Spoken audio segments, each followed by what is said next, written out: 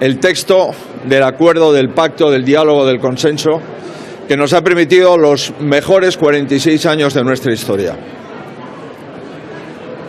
Quiero, por tanto, desde el Congreso de los Diputados, reiterar el compromiso del Partido Popular con la Constitución.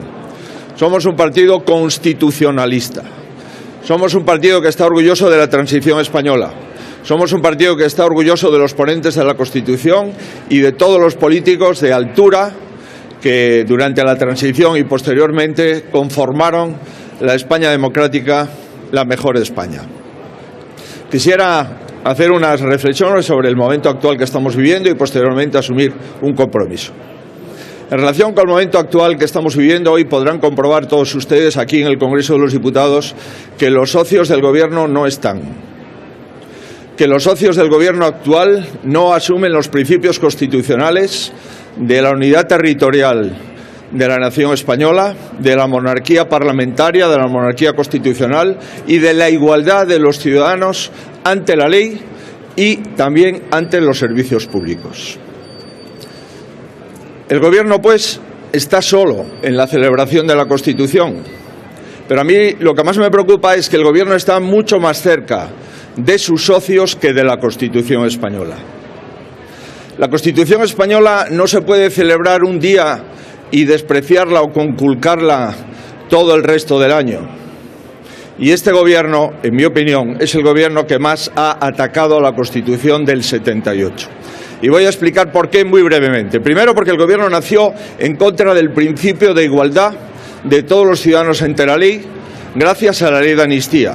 Segundo, porque está ocupando las instituciones del Estado, empezando por el Tribunal Constitucional, por el CIS, por los medios públicos de televisión, el Banco de España, etcétera.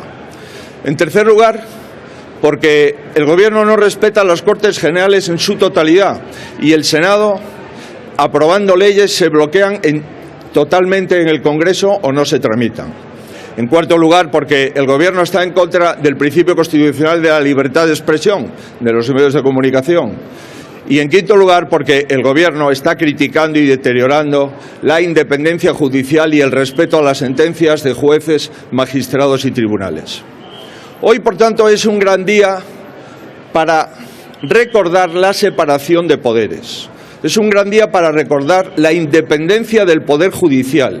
Es un gran día para recordar que en España nadie es más que nadie, por mucho presidente del Gobierno que seas, por mucha familia que tenga el presidente del Gobierno o por muchos problemas que tengan los ministros que conforman el Gobierno. Insisto, nadie es más que nadie en España. El rey es el primero que se somete a la Constitución y el Gobierno ha de respetar la Constitución y, por lo tanto, la separación de poderes y la independencia del Poder Judicial. Y finalizo con un compromiso personal y en nombre de mi partido. Vamos a preservar la Constitución del 78.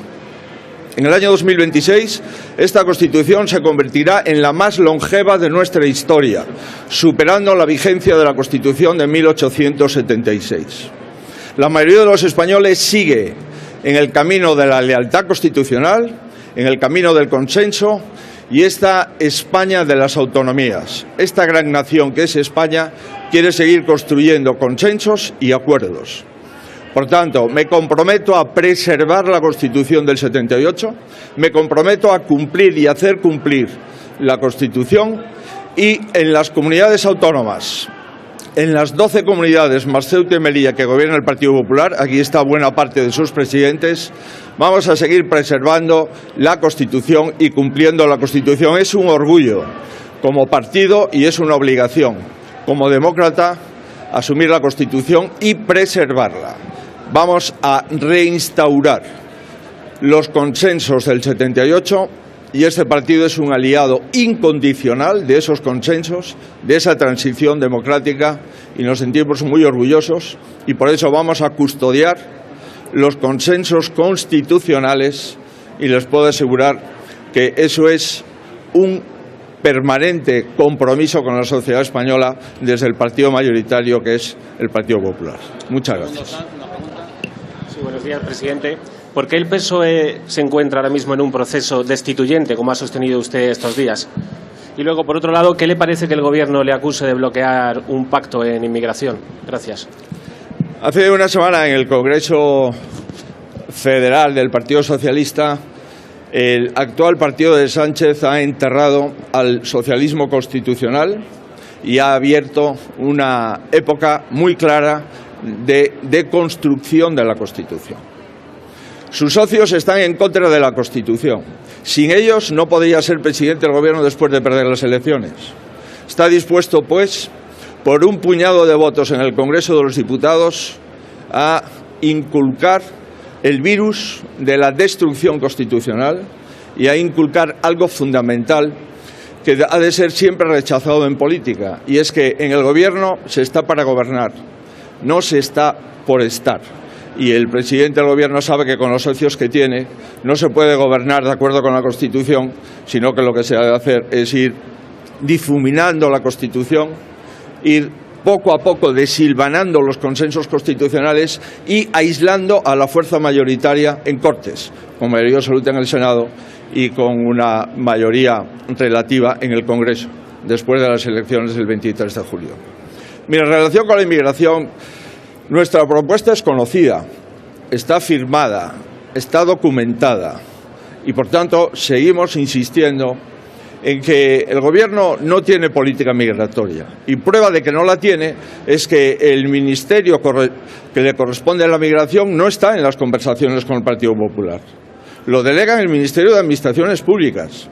Sin embargo, hay competencias directas de un Ministerio de Inmigración. No se le invita, porque no hay política migratoria. España no se puede convertir en el país con mayor inmigración del sur de Europa en el año 2024. Y lo venimos avisando desde hace tiempo. España necesita migración regular y tiene que rechazar la migración irregular.